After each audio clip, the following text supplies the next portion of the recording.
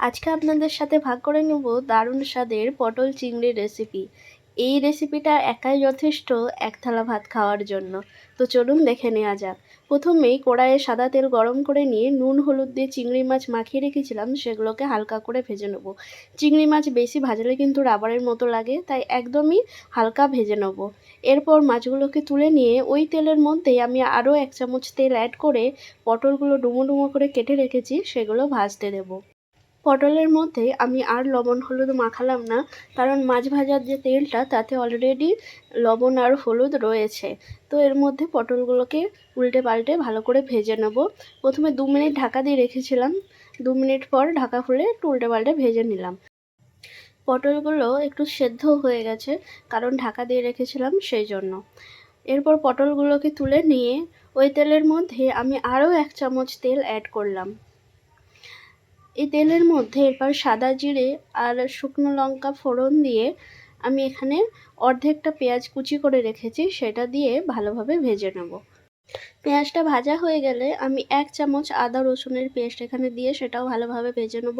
এরপর গুঁড়ো মশলাগুলো হলুদের গুঁড়ো, জিরের গুঁড়ো, লাল লঙ্কার গুঁড়ো আর তার সাথে 2 চামচ টক দই আমি ফেটিয়ে রেখেছি সেটাও দিয়ে দেব। এরপর সবগুলোকে ভালো করে কষিয়ে নিয়ে 1/2 কাপ মতো গরম জল আমি এখানে দিয়ে দেব। এটা একটু ফুটে উঠলে আমি এখানে ডুমো ডুমো করে আলু কেটে রেখেছি, সেই আলুগুলো দিয়ে 5 মিনিট ঢাকা দিয়ে রাখবো, যাতে পুরো মশলাটা আলুর সাথে ভালো করে কষে যায়।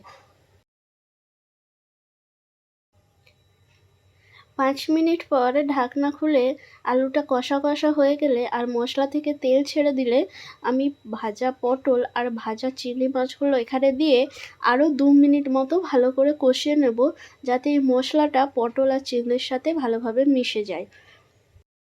এখানে আমি 1/2 বাটি গরম জল এরপর এর সাথে দিয়ে দিলাম, দিয়ে এটাকে ঢাকা দিয়ে আরও 5 মিনিট ফুটতে দেব, যাতে পটল আর আলুটা খুব ভালোভাবে সেদ্ধ হয়ে যায়। 5 মিনিট পর ঢাকা খুলে খুন্তিতে দেখে নিলাম যে আলু সেদ্ধ হয়ে গেছে। ব্যাস রেডি হয়ে গেছে।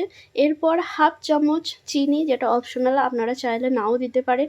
আর তার সাথে একটু গরম মশলার গুঁড়ো ওপর থেকে ছড়িয়ে দিলাম। এই গরম মশলাটা আমি বাড়িতেই বানিয়ে রেখেছি। আর তার সাথে দিয়ে দিলাম একটু ধনেপাতা কুচি। ব্যাস রেডি হয়ে গেছে। গরম গরম ভাতের সাথে সার্ভ করুন পটল চিংড়ি। রেসিপিটা কেমন লাগলো কমেন্টে জানাবেন। যদি ভালো লেগে থাকে তাহলে আমার পেজটাকে ফলো করে দিয়ে পাশে থাকবেন। ভালো থাকবেন সকলে। চলুন এরপর গরম গরম ভাতের সাথে খেয়ে নিই। হেব্বি।